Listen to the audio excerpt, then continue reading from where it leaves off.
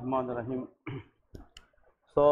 आज से हम स्टार्ट करेंगे फिजियोलॉजी के बारे में, ठीक है। फर्स्ट क्लास फिजियो का लेंगे, फिर इंशाल्लाह एनाटॉमी करेंगे, फिजियोलॉजी।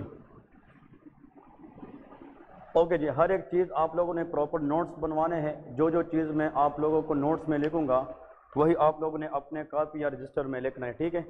ये हम वो बेसिक्स पढ़ेंगे जो आप लोगों को यूनिवर्सिटी में भी पढ़ाएंगे इंशाल्लाह, और इससे आप लोगों के बहुत सारी चीज़ें कवर भी हो जाएगी, ठीक है। तो फिजियोलॉजी के अंदर हम सबसे पहले स्टार्ट करते हैं, what is the definition of physiology. पहले तो लेके कि फिजियोलॉजी की डेफिनेशन क्या है, फिर इसके अंदर हम इसकी ब्रांचेस पढ़ेंगे, ठीक है। तो लेके the branch of medical science, the branch of medical science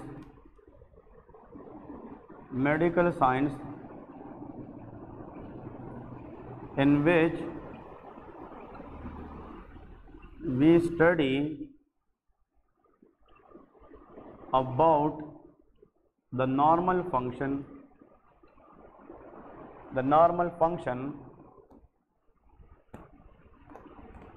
of an organ, that is called physiology।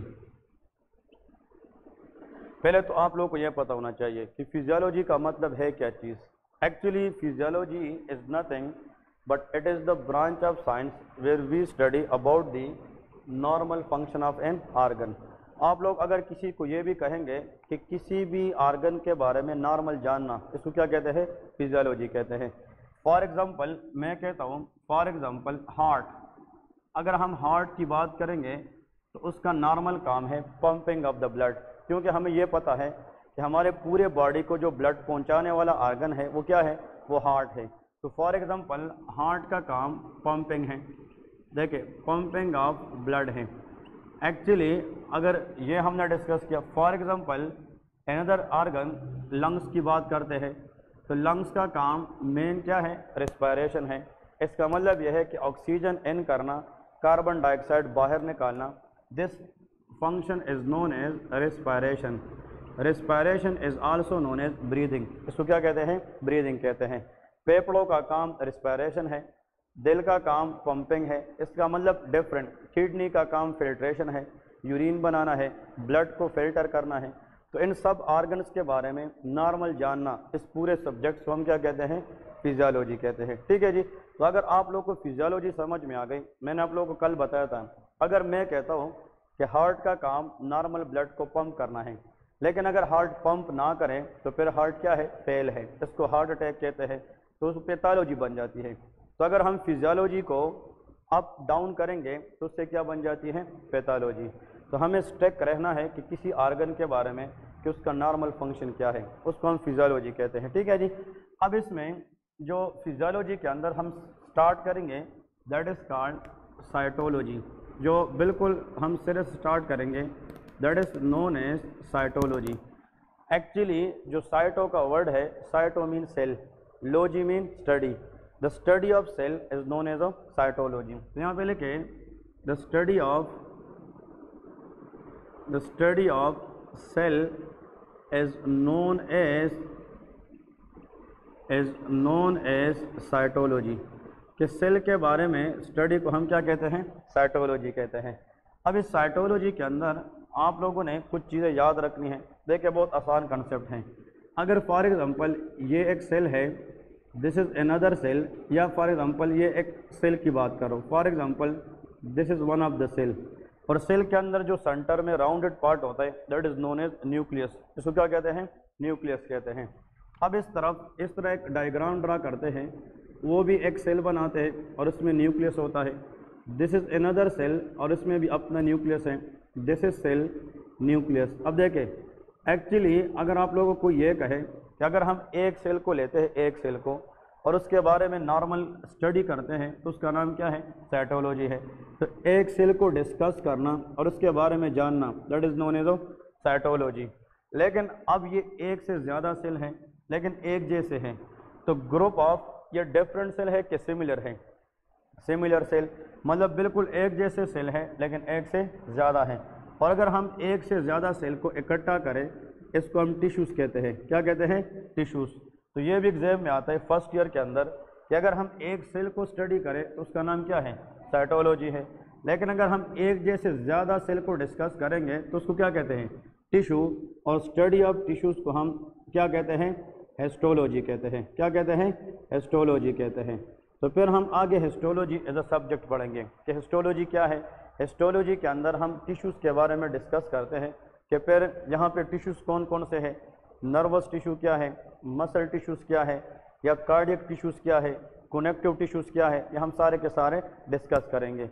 लेकिन आप लोगों ने एक चीज़ याद रखनी है, एक सेल को साइटोलॉजी में डिस्कस करते हैं, ज़्यादा सेल को एक जैसे टिश्यूज़ कहते हैं, और टिश्यूज़ की स्टडी को हम हिस्टोलॉजी कहते हैं। ये बहुत इंपॉर्टेंट है। अब आते हैं, हम स्टिक रहते हैं कि सेल की स्टडी क्या है, that is known as cytology. अब जब हम सेल की बात करेंगे तो पहले हेडिंग दे दें कि what is meant by cell, कि सेल क्या है। पहले हम सेल को जानेंगे और फिर इसके अंदर जो कंपोजिशन है उसको डिस्कस करेंगे। तो लेके the basic structural and functional unit of life, the basic structural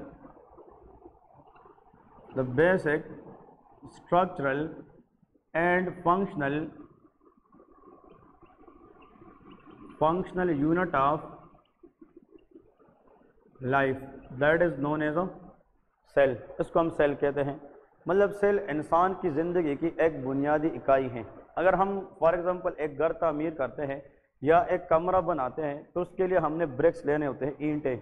ईंटों के बगैर हम दीवार खड़ा नहीं कर सकते। ये जो दीवार हमें नज़र आती है, शेप नज़र आती है, वो बॉडी है। लेकिन ये बनी किस चीज़ से है, ये ईंटों से बनी है। ईंटें उसकी बेसिक या इसकी बुनियादी इकाई है। तो हमारी जो बॉडी है, इसमें जो आर्गन है या सिस्टम है, इसके पीछे इसकी जो बुनियादी इकाई है वो क्या कहलाता है, सेल कहलाता है। तो सेल जो है ये बॉडी को बनाता भी है और फिर बॉडी के लिए काम भी करता है। तो ये स्ट्रक्चरल यूनिट भी है और क्या है, फंक्शनल यूनिट भी है। इसमें बहुत इंपॉर्टेंट है। इसका मतलब ये नहीं है कि सेल बॉडी में है तो ये काम करेगा, नहीं। पहले इसने बॉडी को बनाया है और फिर बॉडी के लिए उसने क्या किया है, काम किया है, और पूरी ज़िंदगी करता रहता है। Whenever there is life, जब तक सांस होती है तो सेल बॉडी के लिए काम करता है। मैं कहता हूँ अगर किसी भी आर्गन को हम ब्लड सप्लाई ना दे बॉडी के अंदर, चाहे वो किडनी है चाहे वो लीवर है, तो आर्गन को ब्लड सप्लाई ना देना इनडायरेक्टली किसको ब्लड ना देना, टिश्यूज़ को ब्लड ना देने का मतलब किसको ना देना, सेल को ना देना। इसका मतलब अगर सेल की डेथ हो जाए तो फिर टिश्यू की डेथ होगी, और टिश्यू की डेथ होगी तो आर्गन डिसफंक्शन होगा। तो इंसान की जनाब आर्गन फेलियर होगी जिससे इंसान की डेथ हो सकती है। तो एक्चुअली अगर ज़िंदगी है तो हमारे बॉडी के अंदर वो किस वजह से है, सेल की वजह से है, क्योंकि वो बॉडी की स्ट्रक्चर भी बनाती है और बॉडी के लिए फंक्शन भी करती है। ठीक है, अब लिखे what are the parts of cell. Heading दे दें कि अब सेल को अगर हम देखें ह्यूमन सेल को, तो इसके पार्ट्स कौन कौन से हैं। Parts of cell, human cell is typically divided into 3 parts. इसमें कितने पार्ट्स होते हैं, 3 पार्ट्स। तो यहाँ पे लिखे a human cell is typically divided into 3 parts। इसके जनाब 3 पार्ट्स होते हैं।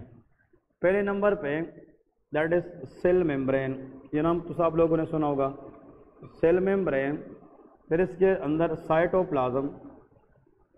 Cytoplasm and then nucleus. ठीक है, तो please everyone should know about these 3 things.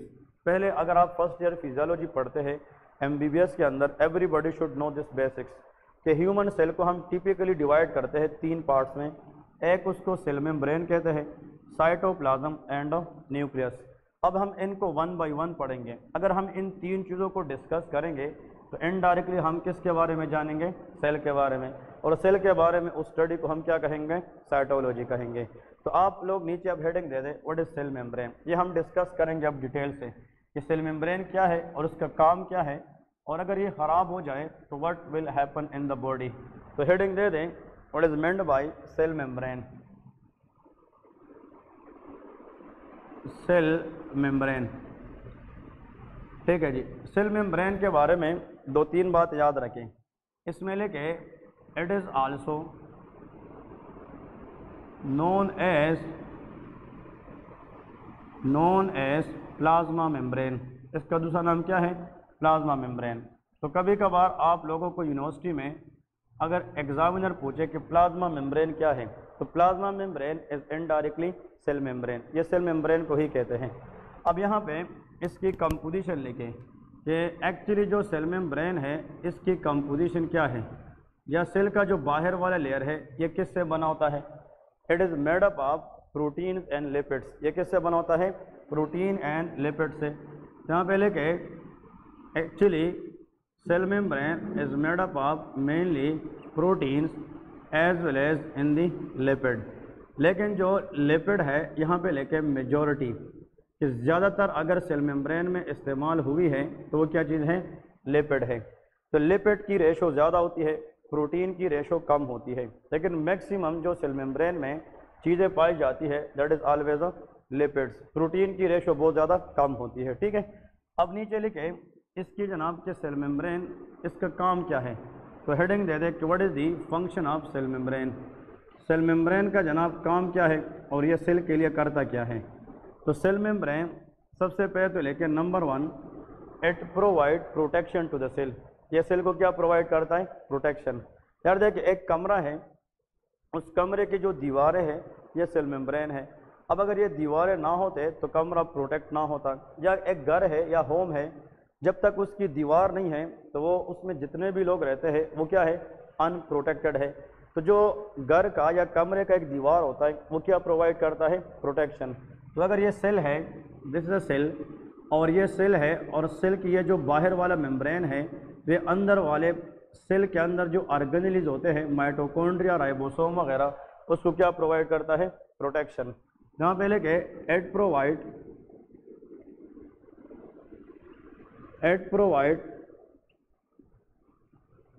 Protection to the cell organelles, मतलब सेल के अंदर जो ऑर्गेनेल्स पाए जाते हैं like mitochondria, ribosome et cetera, we will discuss that, उन ऑर्गेनेल्स को ये प्रोवाइड करता है प्रोटेक्शन, नंबर 1 पॉइंट।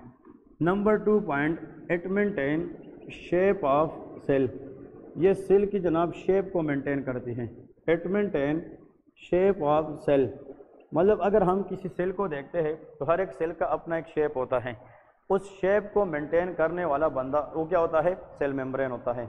अगर ये सेल मेम्ब्रेन ना होता तो हमें ये नहीं पता चलता कि इस सेल की शेप क्या है। तो इस सेल की खास शेप को मेंटेन करने का काम कौन करता है, सेल मेम्ब्रेन करता है। इसका बेस्ट एग्जांपल मैं आप लोगों को बताता हूँ। देखें यहाँ पे आप लोगों को एग्जाम के अंदर ये MCQs क्वेश्चन भी आ सकता है, ठीक है, एग्जाम क्वेश्चन है। यहाँ पे याद रखें आप लोगों से ये पूछेगा कि अगर ऐसा सेल जो बॉडी के अंदर हमें इस तरह नज़र आ रहा हो, that is called by concave shape. कौन सा, बाई, यहाँ पे भी केव है और यहाँ पे भी केविटी है। अब सवाल ये है, एक्चुअली इसमें जो मेन पॉइंट है वो ये है कि यहाँ पे ये जो RBC है this called red blood cell. कौन सा है, रेड ब्लड सेल। ब्लड के अंदर डिफरेंट टाइप्स के सेल्स होते हैं, RBC, WBC एंड प्लेटलेट्स। अब यहाँ पे अगर आप ब्लड के अंदर से हम किस सेल को देखना चाहें, RBC, तो RBC न कि हमें स्फेरिकल नज़र आती है न हमें राउंडेड नज़र आती है, वो हमें इस तरह नज़र आती है। इसका मतलब यह है इसका जो दरमियान वाला पार्ट है ये स्ट्रेट है या यहाँ पे कर्व है, ये कर्व है, इसको हम कनकेविटी कहते हैं। क्या कहते हैं, कनकेविटी। तो इसकी एक साइड पे केविटी है कि दोनों साइड पे, दोनों साइड पे। तो ये MCQs फिजियोलॉजी में आता है कि जो RBC है ये दोनों साइड से कनकेव होता है, इसलिए इसका नाम क्या है, बाई कनकेव। बाई का मतलब होता है दो, केव मीन अंदर की तरफ, कि जो RBC है ये ऐसा सेल है ये दोनों साइड से अंदर की तरफ गई होती है, that is called by concave. ये नॉर्मल है कि एबनॉर्मल है, ये नॉर्मल है। फॉर एग्जांपल अगर RBC को हम ब्लड में देखेंगे और हमें कोई कहे कि आपका RBC के शेप में है by concave, that is normal, ये RBC का क्या है, नॉर्मल है।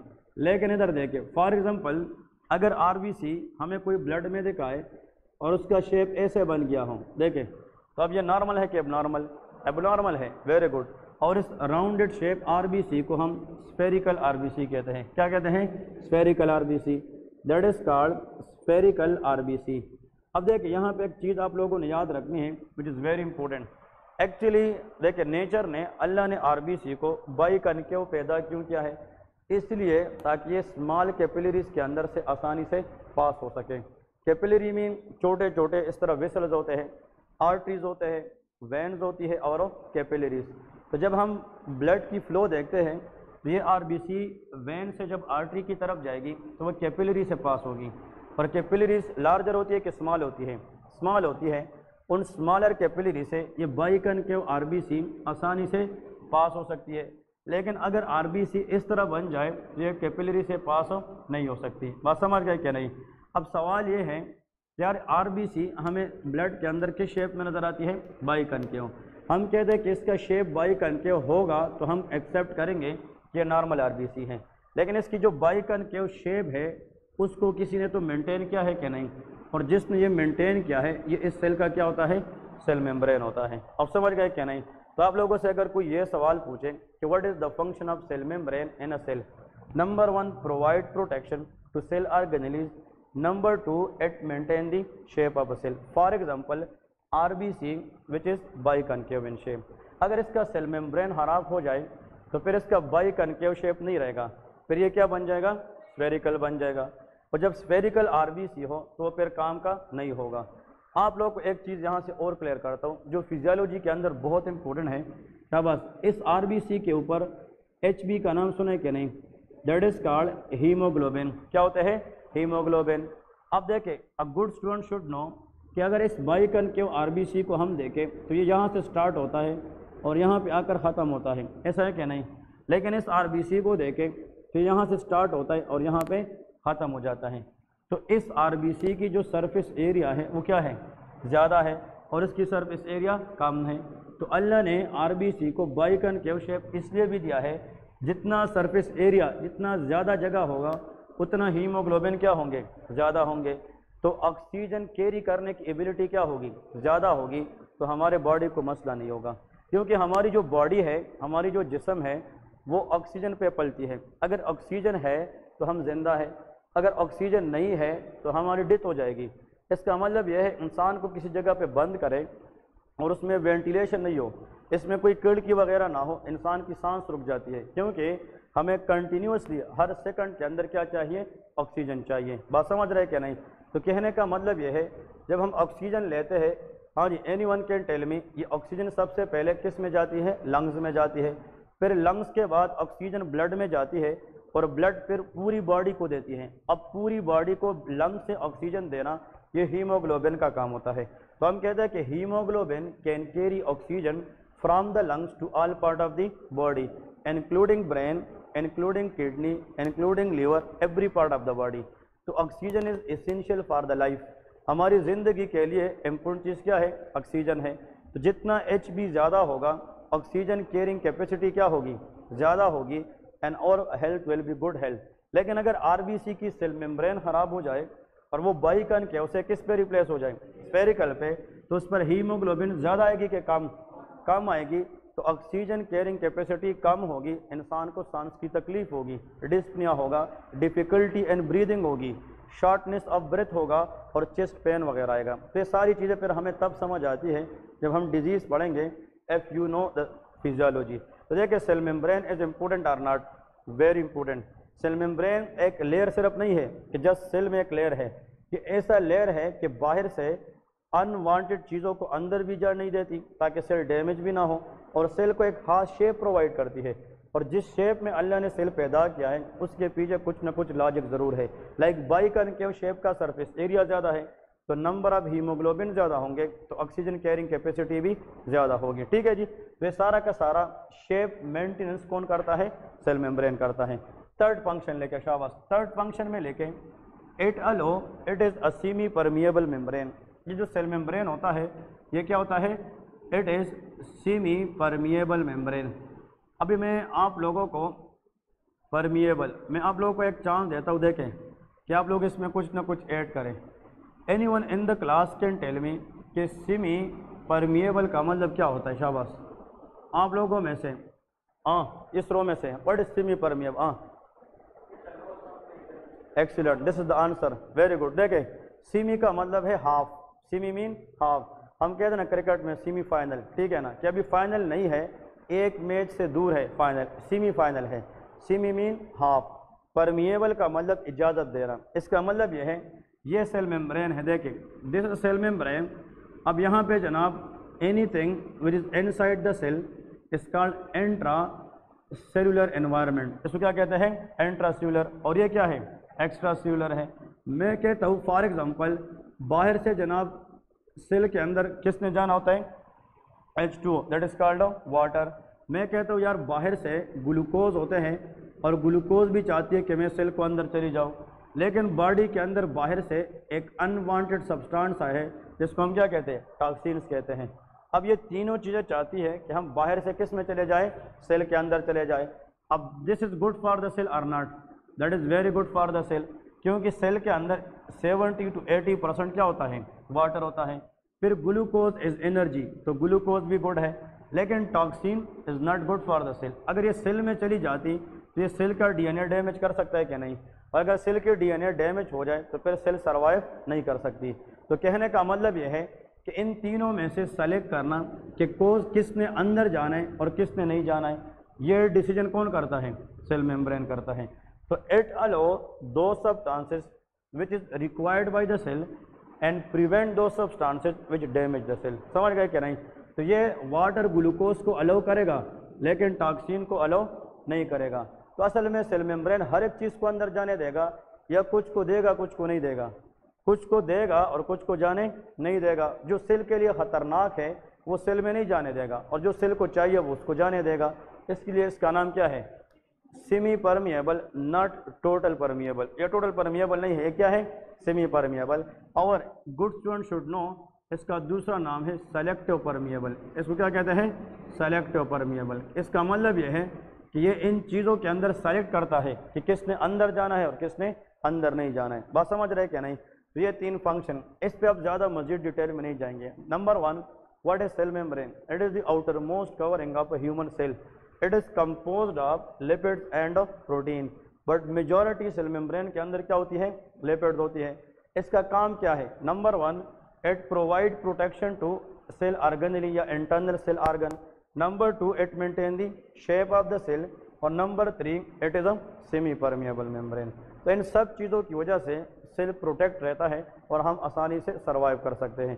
अब आते हैं नेक्स्ट पार्ट। इस सेल मेम्ब्रेन के अंदर सेल में ये जो खाली स्पेस है इसको साइटोप्लाज्म कहते हैं। क्या कहते हैं? साइटोप्लाज्म। तो हेडिंग दे दे कि what is meant bye cytoplasm, कि साइटोप्लाज्म क्या होता है। तो हेडिंग दे दे सेल मेम्ब्रेन के बाद अभी हम डिस्कस करेंगे कि what is meant bye cytoplasm. अब देखिए बहुत आसान, आप लोगों ने देखिए इस तरह फिजियोलॉजी सीखोगे इनिशियल से, पूरे एमबीबीएस को एंजॉय करेंगे आप लोग। असल में हम क्यों नहीं पढ़ते, या चाइना से जो लोग ग्रेजुएट होकर आते वो क्यों फेल होते? असल में वहाँ पे फिजियोलॉजी बहुत कम पढ़ाई जाती है। अगर आप लोगों को फिजियोलॉजी समझ में आ गई तो पैथोलॉजी आपको बहुत आसान होगी, क्योंकि डिजीज़ आपको तब समझ आती है जब आप उस चीज़ के बारे में नॉर्मल चीज़ें समझते हैं, और नॉर्मल फंक्शन क्या है, फिजियोलॉजी है।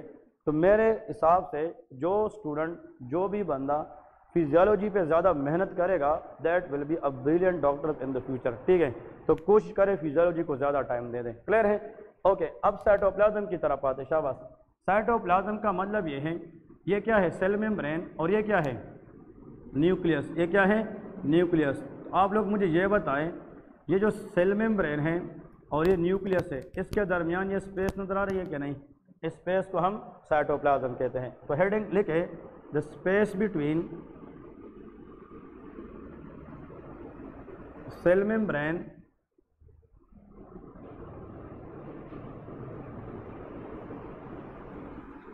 एंड एक और वर्ड लेके तो डेफिनेशन और भी अच्छा हो जाएगा। न्यूक्लियस की बजाय लेके न्यूक्लियर मेम्ब्रेन। क्या लिखना है? Nuclear membrane. अब देखें ये जो पिक्चर सबको नजर आ रही है, ये सेल है, और सेल के अंदर ये क्या है, न्यूक्लियस है। अब देखें इसका जो मिड है ये न्यूक्लियस है, लेकिन इस मिड के इर्द गिर्द अपना एक मेम्ब्रेन है क्या नहीं? इस मेम्ब्रेन को हम क्या कहते हैं? न्यूक्लियर मेम्ब्रेन कहते हैं। तो न्यूक्लियर मेम्ब्रेन और सेल मेम्ब्रेन के दरमियान स्पेस को हम क्या कहते हैं? साइटोप्लाज्म कहते हैं। इसमें आप लोगों ने लिखना है, इट कंटेन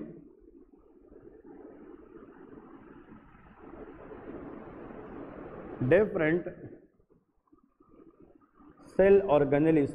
इसके अंदर जनाब डिफरेंट क्या होते हैं? सेल ऑर्गेनेलिस होते हैं। ठीक है, विच प्रोवाइड या which do different function for the cell activity, cell activity, ये पॉइंट्स याद रखें। कहने का मतलब यह है कि जो साइटोप्लाज्म है इसके अंदर डिफरेंट ऑर्गेनेलीज होते हैं और वही ऑर्गेनेलीज फिर उस सेल के लिए डिफरेंट क्या करते हैं, काम करते हैं, एक्टिविटीज़ करते हैं। अब आते हैं उन एक्टिविटीज़ की तरफ। ये इतने इम्पोर्टेंट है कि आप लोगों की सोच है, आगे इससे बहुत सारे प्रॉब्लम्स भी, डिजीज़ भी समझ आएगी और इसका नॉर्मल फंक्शन भी समझना है। किसकी बात कर रहा हूँ, सेल ऑर्गेनेलीज की बात कर रहा हूँ। और जितने भी सेल ऑर्गेनेलीज हैं वो किसके अंदर पड़े होते हैं, साइटोप्लाज्म के अंदर। अब पहले ऑर्गेनेलीज का हेडिंग दे दे माइटोकॉन्ड्रिया। क्या है, माइटोकॉन्ड्रिया, ये नाम सुना है क्या नहीं? तो mitochondria is a cell organelle present inside the cytoplasm of the cell.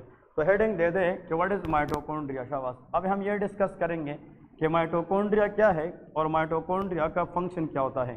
तो लेके और फर्स्ट ईयर में जब आप लोग यूनिवर्सिटी जाते हैं और फर्स्ट ईयर के एग्जाम्स में सेमेस्टर का जो एग्ज़ाम होता है स्पेशली चाइना में, उसमें माइटोकॉन्ड्रिया के बारे में 1 या 2 MCQs हर जगह आते हैं, क्योंकि माइटोकॉन्ड्रिया एक ऐसा ऑर्गेनेली है जिसके बगैर सेल अपने लिए एनर्जी भी पैदा नहीं कर सकती। मैंने कहा कि अगर ज़िंदगी है तो सेल है और अगर सेल है तो माइटोकॉन्ड्रिया है। तो माइटोकॉन्ड्रिया अगर डैमेज हो जाए तो फिर सेल जो है अपने लिए एनर्जी पैदा नहीं कर सकेगी। तो सेल डैमेज हो सकता है क्या नहीं? सेल डैमेज होगा तो बॉडी की पूरी ज़िंदगी डैमेज हो सकती है। तो mitochondria should not be ignored in the exam. तो आप लोग माइटोकॉन्ड्रिया पे ज़्यादा डिस्कशन सुन लें कि व्हाट इज़ माइटोकॉन्ड्रिया। तो हेडिंग दे दें कि माइटोकॉन्ड्रिया का मतलब क्या है। माइटोकॉन्ड्रिया, इसको ऊपर लेके IMP, this is a very very important topic. और अगर किसी ने इन फ्यूचर यूनिवर्सिटी में जाना है उसमें आप लोगों को सवाल इस तरह आएगा कि name the cell organelles. Cell organelles के सिर्फ क्या लेके, नाम लेके and write short note on mitochondria. तो जो चीज़ हम यहाँ पे लिखेंगे आप लोग एग्जाम में वही लिखेंगे। माइटोकॉन्ड्रिया क्या है उस पर शॉर्ट नोट लिखें, वो मैं अभी आप लोगों को थ्योरी बताने लगा हूँ, ठीक है। तो माइटोकॉन्ड्रिया के अंदर सबसे पहले लिखें it is a double layered membrane organelles. Mitochondria double layer से बना होता है, किससे, डबल लेयर। यहाँ पे लिखे it is a double membrane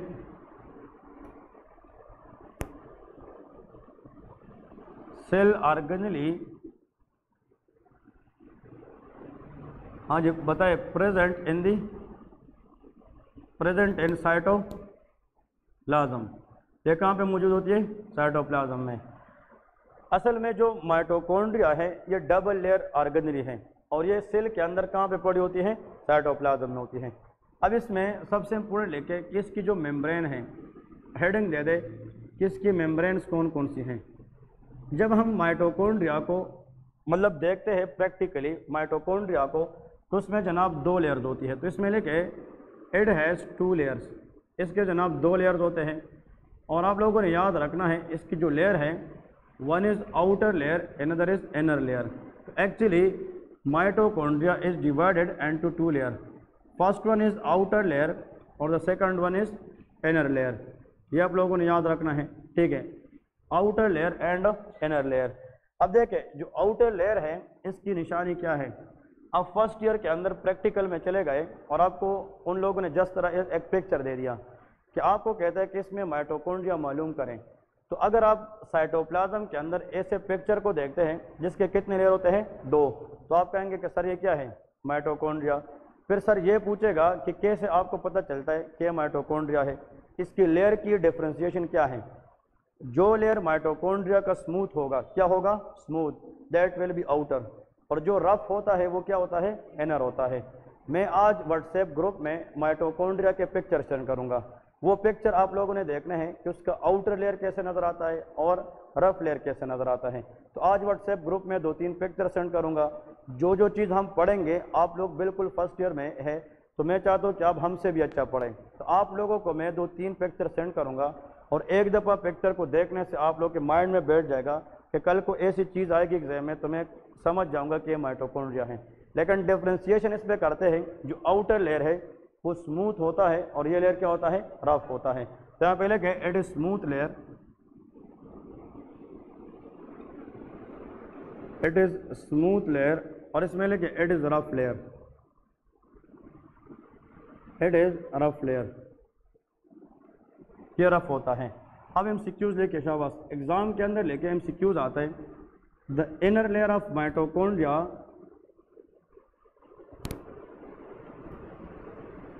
the inner layer of mitochondria has folding. इसके अंदर क्या होती है? फोल्डिंग। जो पिक्चर सेंड करूंगा उसमें ये फोल्डिंग भी नजर आएगी। Folding which is known as dash.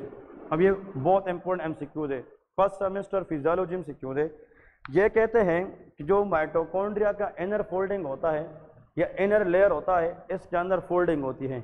उस फोल्डिंग को हम एक स्पेशल नाम देते हैं विच इज कॉल्ड क्रिस्टी। इसको क्या कहते हैं? क्रिस्टी कहते हैं। उस क्रिस्टी का काम क्या है वो हम आगे डिस्कस करेंगे, ठीक है। तो यहाँ पे लेके दैट इज कॉल्ड क्रिस्टी। तो एक्चुअली आज के बाद अगर कोई बंदा क्रिस्टी वर्ड का जिक्र करेगा तो वो किस ऑर्गेनेल का जिक्र करेगा? माइटोकॉन्ड्रिया। और माइटोकॉन्ड्रिया के अंदर किस लेयर का जिक्र करेगा? इनर फोल्डिंग, ठीक है, या इनर लेयर की जिक्र करेगा। इसके बाद नेक्स्ट लिखे कि इनसाइड द माइटोकॉन्ड्रिया। अब इन ये तो आप लोगों ने डिफ्रेंशिएट कर दिया, ठीक है। और ये आउटर लेयर के सामने लेके it provide it is protective layer. It is protective layer. ये क्या होता है? प्रोटेक्टिव लेयर होता है, ठीक है जी। अब ये तो आप लोगों ने डिफ्रेंशिएट कर दिया। अब नीचे आप लोग अपने रजिस्टर में यहाँ से अब कॉमन सेंटेंस स्टार्ट करें। In the middle part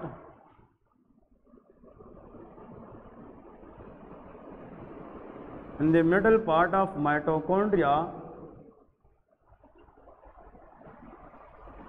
there is fluid known as dash।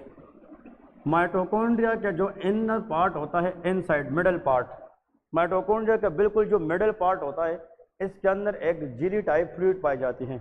उस फ्लूइड को हम कहते हैं माइटोकॉन्ड्रियल मैट्रिक्स। उसको क्या कहते हैं? मैट्रिक्स या माइटोकॉन्ड्रियल मैट्रिक्स। असल में उस फ्लूइड को हम मैट्रिक्स कहते हैं, लेकिन होता माइटोकॉन्ड्रिया में है, तो इसका पूरा नाम क्या है? माइटोकॉन्ड्रियल मैट्रिक्स होता है। अब इस मैट्रिक्स का काम क्या है? This matrix contain a lot of enzymes. इसके अंदर क्या होते हैं? एंजाइम्स होते हैं जो डिफरेंट रिएक्शन में काम करते हैं और बॉडी के लिए एनर्जी पैदा करने में हेल्प करते हैं। अब देखें, इसको मैं आप लोगों को थोड़ा सा आसान बताता हूँ। असल में यहाँ पे आप लोगों को याद होना चाहिए, फॉर एग्जांपल माइटोकॉन्ड्रिया, हम इसका एक सिंपल एग्जांपल लेते हैं। ये फॉर एग्जांपल आप लोग इमेजिन करें, हम माइटोकॉन्ड्रिया ड्रा कर रहे हैं किस चीज़ के अंदर? साइटोप्लाज्म के अंदर। अब देखें यहाँ पे फॉर एग्जांपल ये पॉइंट इंपॉर्टेंट है। इस तरह इसको अगर हम अंदर से देखते हैं तो वो ऐसे नज़र आता है। फॉर एग्जांपल वो इस तरह नज़र आता है ऐसे। इसका मतलब कि इस माइटोकॉन्ड्रिया को अगर आप लोग देखें, ये सिंगल फोल्डेड है कि डबल मेम्ब्रेन है? ये डबल मेम्ब्रेन है। एक इसका ये वाला ब्लैक पार्ट है और ये रेड वाला है। तो पहला क्वेश्चन तो है it is a double membrane cell organelle, number 1 point, ठीक है जी। इसका जो बाहर वाला लेयर है ये रफ है कि स्मूथ है? Very good. और इसके अंदर जनाब फोल्डिंग है कि नहीं? ये रफ है। ये क्या है? रफ। फिर इस रफ के अंदर ये फोल्डिंग नज़र आ रही है कि नहीं? ये जो फोल्डिंग हुई है इसके अंदर, इन एक एक को हम क्या कहते हैं? क्रिस्टी कहते हैं। आप समझ गए कि नहीं? इसको हम क्रिस्टी कहते हैं। देखें एक्चुअली ये जो है इसको लेबल करें, that is the outer layer and that is always smooth. फिर ये वाला जो होता है that is called inner layer and that is rough. ये इनर लेयर है, हाँ जी। इसको हम क्या कहेंगे? That is called cristae. ये क्या होता है? क्रिस्टी। अब जो माइटोकॉन्ड्रिया का ये वाला पार्ट होता है, this is the which part of mitochondria? Middle part. इस मिडल पार्ट के अंदर हमारे पास फ्लूइड होते हैं और उन फ्लूइड के अंदर एंजाइम्स होते हैं। क्या होते हैं? Enzymes. And these fluid are called mitochondrial matrix. इसको मैट्रिक्स कहा जाता है। तो इसका मतलब ये है कि हमारे पास, ये आप लोगों ने याद रखना है, इसको हम माइटोकॉन्ड्रियल मैट्रिक्स कहते हैं। इस पे क्वेश्चन आता है, ठीक है जी। तो ये माइटोकॉन्ड्रिया हमें सेल में इस तरह नजर आती है कि आउटर मेम्ब्रेन स्मूथ होगा, इनर मेम्ब्रेन रफ होगा और इनर मेम्ब्रेन के अंदर फोल्डिंग होगी, जिसको हम क्या कहेंगे? क्रिस्टी। और उस क्रिस्टी के साथ मिडल पार्ट में फ्लूइड होगा, जिसको हम माइटोकॉन्ड्रियल मैट्रिक्स कहते हैं। अब लिखे माइटोकॉन्ड्रिया के बारे में आप लोगों को पार्ट समझ आ गए, इसकी कंपोजिशन समझ आ गई, और इसके जनाब हमारे पास ये 4-5 चीज़ें। अब लेके फंक्शंस क्या है कि ये सेल के लिए करता क्या है। चलिए कि what is the function of mitochondria, heading दे दें कि mitochondria do what for the cell. चलिए कि functions of mitochondria,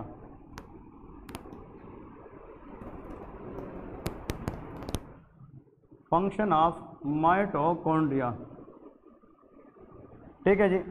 actually mitochondria के बारे में याद रखें, it help in aerobic respiration, या इसमें लेके इट हेल्प इन, या it help in ATP. ATP नाम सुना है कि नहीं? एटीपी का मतलब, वेरी गुड, एडिनोसिन ट्राइफॉस्फेट, ये एफएससी में भी आता है, ठीक है ना। फोटोसिंथेसिस का नाम सुना है एफएससी में कि नहीं? ये उसमें होता है, ठीक है ना। तो एटीपी का मतलब होता है एडिनोसिन ट्राइफॉस्फेट, एडिनोसिन ट्राइफॉस्फेट। और एक्चुअली जो एटीपी है दैट इज एनर्जी, हमारे बॉडी के अंदर जो एनर्जी प्रोवाइड करने वाला स्ट्रक्चर है उसका नाम क्या है? एटीपी है। अब यहाँ पे लेके इट हेल्प इन एटीपी या एडिनोसिन ट्राइफॉस्फेट सिंथेसिस, ये बॉडी के लिए जनाब एटीपी बनाती है। This is the very very important one. और जब बॉडी को या सेल को एटीपी मिलेगी, एनर्जी मिलेगी, तो उस पर सेल काम करेगा। इस वजह से ये पावर हाउस ऑफ सेल भी कहलाता है। क्या कहलाता है? Power house of cell. तो ये फर्स्ट ईयर के एग्जाम में आता है, which of the following is power house of the cell? Answer is mitochondria. वो क्या है? Mitochondria. Why? Because it produce the ATP, वो एटीपी बनाता है, ठीक है जी। यहाँ पे लेके that is why, that's why it is also known as power house of cell, power house of cell. ये एमसीक्यूज आप लोगों ने नोट करना है। कल को हम फिर आगे पढ़ेंगे या कोई क्वेश्चन में आप लोगों से पूछा जाएगा कि पावर हाउस ऑफ सेल क्या है, then everybody must know that is a mitochondria. वो क्या होता है? माइटोकॉन्ड्रिया। अब थोड़ा सा इसको एलाबोरेट करते हैं ताकि आप लोगों में से जो student they really want to study good, उनको थोड़ा सा नॉलेज आ जाए और सारे गेट करने की कोशिश करें। देखिए एक्चुअली सेल के अंदर, for example this is a cell and cell contain in the mid this is a nucleus. अब न्यूक्लियर मेम्ब्रेन और सेल मेम्ब्रेन के दरमियान स्पेस को क्या कहते हैं? साइटोप्लाज्म। अब यहाँ पे साइटोप्लाज्म के अंदर डबल मेम्ब्रेन एक ऑर्गेनरी पड़ी है जिसको हम क्या कहते हैं? माइटोकॉन्ड्रिया। अब ये जो माइटोकॉन्ड्रिया है इसमें डबल लेयर होता है, एक स्मूथ है और एक रफ है, और रफ के अंदर क्रिस्टी है और माइटोकॉन्ड्रियल मैट्रिक्स होता है। अब देखें, जब हम खुराक खाते हैं, फूड खाते हैं, तो खुराक के अंदर जनाब हमारे पास क्या होता है? ग्लूकोज। क्या होता है? ग्लूकोज। Glucose is carbohydrate. क्या होता है? कार्बोहाइड्रेट। चलिए जी, आप लोगों में से ये 5-6 बैठते, किसी को ग्लूकोज का फार्मूला पता है कि नहीं? Very good, very good, excellent. इसका जो फार्मूला है दैट इज C6H12 और O6। इसका मतलब यह है कि glucose contain 6 carbon, 12 hydrogen and 6 oxygen. हम मेडिकल में, ये तो केमिस्ट्री में आप लोगों ने पढ़ा होगा, हम मेडिकल में उसको कहते हैं 6 कार्बन कंपाउंड। क्या कहते हैं? 6 कार्बन के 6 से बना होता है, C6 से। अब यहाँ पे जो ग्लूकोज है ये जब हम बाहर से लेते हैं किसके ज़रिए? फूड में। Then glucose enter to the cell, फिर ये किधर जाता है? सेल में। अब सुन लें, ये जब सेल के अंदर आता है, शाबाश, तो ये ग्लूकोज सेल के किस पार्ट में आ चुका है? वेरी गुड, साइटोप्लाज्म में। ये साइटोप्लाज्म में है। फिर साइटोप्लाज्म के अंदर कुछ एंजाइम्स होते हैं और वो इस ग्लूकोज मालिक्यूल को तोड़ते हैं और इससे एक स्ट्रक्चर बनाता है that is called pyruvic acid. क्या बनाता है? Pyruvic acid. अब सुन ले, जब ग्लूकोज फूड के जरिए सेल में आता है तो सेल के अंदर कहाँ पे? साइटोप्लाज्म में इस ग्लूकोज को तोड़ा जाता है और इससे क्या निकल आता है? Pyruvic acid. तो ऐसा प्रोसेस, इस डॉट्स का मतलब यह है कि इसमें ज़्यादा स्टेप्स इन्वॉल्व होते हैं, ये हम पढ़ेंगे आगे। लेकिन ऐसा प्रोसेस जिसमें ग्लूकोज मॉलिक्यूल को हम ब्रेक करें और किस में कन्वर्ट करें? Pyruvic acid. इसको हम ग्लाइकोलिसिस कहते हैं। क्या कहते हैं? ग्लाइकोलिसिस। ये भी सेकंड ईयर में होता है, ठीक है ना, दैट इज कॉल्ड ग्लाइकोलिसिस, ठीक है। अब ग्लाइकोलिसिस के अंदर ग्लूकोज की ब्रेक डाउन होती है।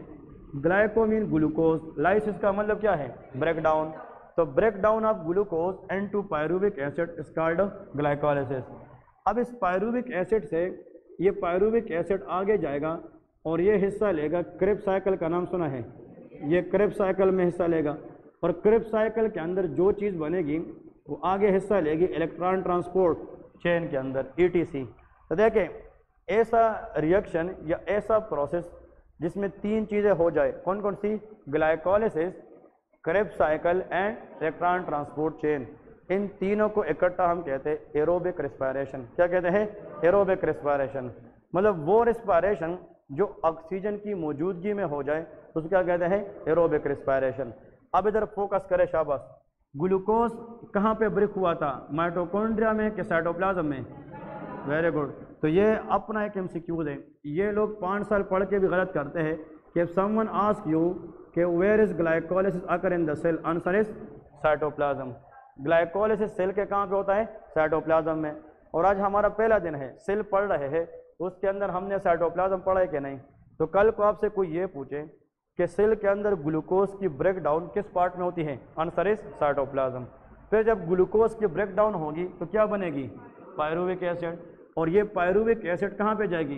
क्रेब्स साइकिल और फिर इलेक्ट्रॉन ट्रांसपोर्ट चेन के लिए जाएगी। अब समझ गए कि नहीं? वैसे आप लोगों से एक सवाल है और थोड़ा सा सोच के बताएं, यार ये जो ग्लूकोज है इससे पायरुविक एसिड साइटोप्लाज्म में बनती है, इसका वजह क्या है?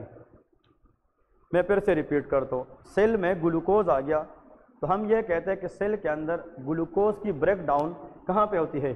साइटोप्लाज्म। तो मेरा सवाल ये है, ये साइटोप्लाज्म में क्यों होता है, ये कहीं और क्यों नहीं होता?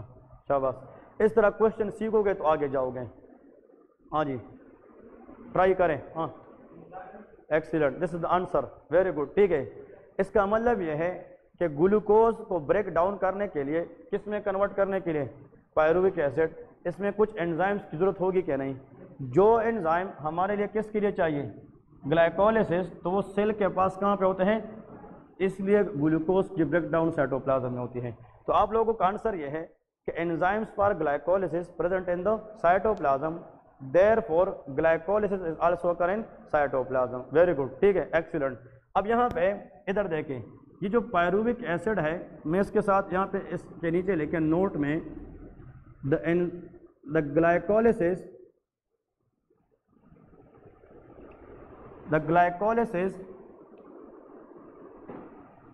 occur in cytoplasm because its enzyme are present there, क्योंकि ग्लाइकोलिसिस के जो एंजाइम है ये वहाँ पे मौजूद होते हैं, इसलिए जनाब ग्लाइकोलिसिस कहाँ पे होती है? साइटोप्लाज्म में। एक चीज़ नोट करें ना, इस क्लास में मैं तकरीबन कुछ 4 साल पढ़ा चुका हूँ एकेडमीज़ के अंदर। एकेडमीज़ वाला ये चीज़ें नहीं पढ़ा, आप लोगों को यूनिवर्सिटी वाली चीज़ें पढ़ा रहा हूँ। एकेडमी में हम इतना डिप्थ में नहीं जाते, बस आगे जाते हैं। लेकिन आप लोगों को मैं वो चीज़ पढ़ाऊँगा इंशाल्लाह जो यूनिवर्सिटी भी नहीं पढ़ाएगी। अगर आप लोग इस तरह ये चीज़ सीखोगे ना, ये मैं 3-4 बुक की कम्बिनेशन बता रहा हूँ। आप लोगों को कोई कहेगा फलाना बुक ले ले, ये ले ले, लेकिन बुक लेना आसान है, बुक पढ़ना मुश्किल काम है। तो अगर आप लोग इस तरह की चीज़ें नोट करोगे तो इंशाल्लाह आप यूनिवर्सिटी में 6 महीने के बाद बुक ना पढ़ेंगे तो आप लोग मुझे बताना, लेकिन पहले तो पता होना चाहिए कि हम पढ़ क्या रहे हैं, समझ रहे कि नहीं? तो आप लोगों का जो लेवल है ये बिल्कुल बेसिक है। आप लोगों को मैं बिल्कुल सेपरेट एकेडमी से हट के कुछ चीज़ें पढ़ा रहा हूँ जो आप लोग का राइट है, हक है। और मैं चाहता हूँ कि कल को आप लोग यूनिवर्सिटी जाएँ और जो चीज़ आप इस बोर्ड से सीखेंगे और वहाँ पे आप लोग के काम आएंगे तो तब आप लोग को खुशी होगी कि यार हमें किसी ने पढ़ाया था, ठीक है ना? तो कहने का मतलब these things are very different from the academy. मैंने एकेडमी में चीज़ें पढ़ाई है लेकिन उन लोगों को बहुत कम पढ़ाई है, क्योंकि एकेडमी में जो लोग आते हैं या वो 3rd ईयर 4th ईयर के होते हैं तो हम कहते हैं उस लोगों ने कुछ ना कुछ पढ़ा होगा, और आप लोगों ने कुछ नहीं पढ़ा है। तो मैं चाहता हूँ कि आप लोग को एक एक चीज़ पढ़ाओ, ठीक है ना? तो आप लोगों का काम क्या है? हर एक चीज़ नोट कर लेना है, ठीक है? ओके जी। अब जब ग्लाइकोलिसिस के एंड में क्या बनेगी? Pyruvic acid. तो इसमें फिर किस में हिस्सा लेना है? और फिर इलेक्ट्रॉन। तो इन दोनों के लिए भी कुछ एंजाइम तो चाहिए कि नहीं? अब क्रेब्स साइकिल और इलेक्ट्रॉन ट्रांसपोर्ट चेन के लिए जो एंजाइम चाहिए ये सेल के साथ कहाँ पे होती है? माइटोकॉन्ड्रिया में होती है। इसका मतलब यह है कि ग्लाइकोलिसिस साइटोप्लाज्म में हो सकता है, लेकिन क्रेब्स साइकिल और इलेक्ट्रॉन ट्रांसपोर्ट चेन साइटोप्लाज्म में नहीं हो सकता। वो साइटोप्लाज्म के अंदर किस में होगा? माइटोकॉन्ड्रिया। आंसर वही है कि इन दोनों के एंजाइम किसके पास है, माइटोकॉन्ड्रिया के पास है। अब समझ गए कि नहीं। अब सवाल ये है, जब तक इलेक्ट्रॉन ट्रांसपोर्ट चेन पे हम नहीं जाएंगे तो हम एनर्जी पैदा कर सकते हैं, नहीं कर सकते। अगर ग्लूकोज मॉलिक्यूल पायरुविक एसिड बनाए और पायरुविक इन दोनों से गुजर जाए तो इलेक्ट्रॉन ट्रांसपोर्ट चेन के अंदर एट द एंड हमें क्या मिलेगी, एटीपी मिलेगी। क्या मिलेगी, एंड दैट इज एनर्जी। अब ये एटीपी तब बनेगी जब ग्लूकोज किस में हिस्सा लेगी, इलेक्ट्रॉन ट्रांसपोर्ट। और इलेक्ट्रॉन ट्रांसपोर्ट सिर्फ कहाँ पे होता है, तो mitochondria help in the generation of ATP, क्योंकि इसके अंदर क्या होता है, इलेक्ट्रॉन ट्रांसपोर्ट चेन, इसलिए हमने लिखा it help in ATP synthesis. क्योंकि माइटोकॉन्ड्रिया के अंदर क्रेब्स साइकिल भी होता है और इलेक्ट्रॉन ट्रांसपोर्ट चेन भी होता है। और इस एटीपी बनाने की वजह से इसको हम क्या कहते हैं, पावर हाउस ऑफ सेल कहते हैं। ठीक है जी।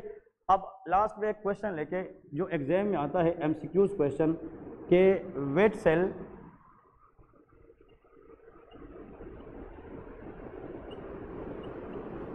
इन दी बॉडी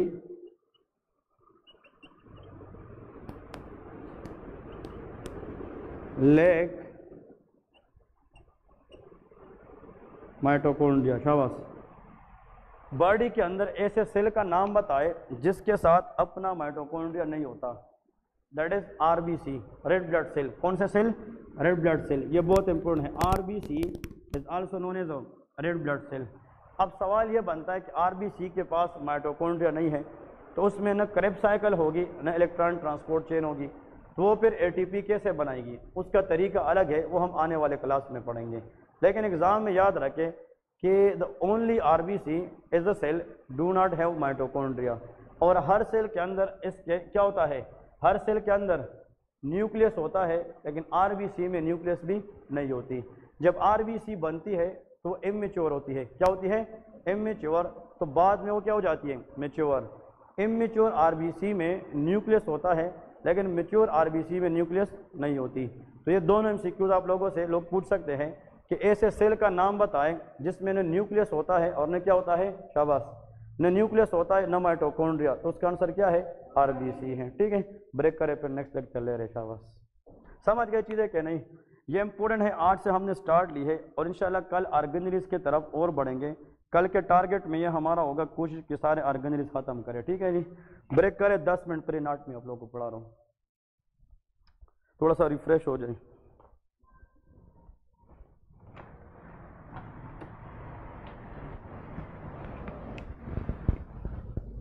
ये मसला क्या रहा यार, लाइट का